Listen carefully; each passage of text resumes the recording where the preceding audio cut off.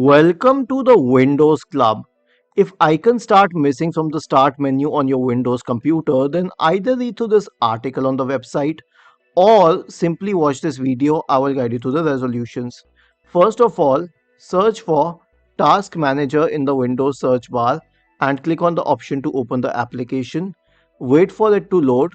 You'll find the Windows Explorer icon here. Right click on it and select Restart. The next solution will be to unpin and pin the icons.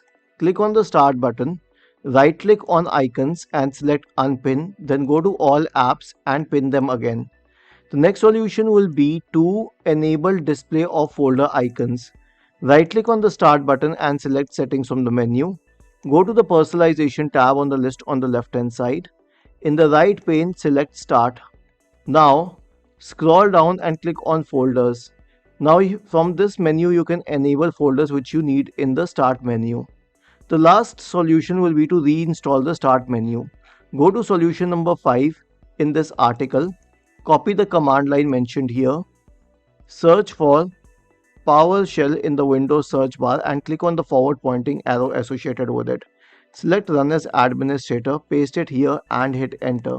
Isn't this easy and interesting? If you have any doubts, please go to the original article on the Windows Club, scroll down to the comment section and write your query. We will surely answer to it. Do not forget to subscribe to the channel.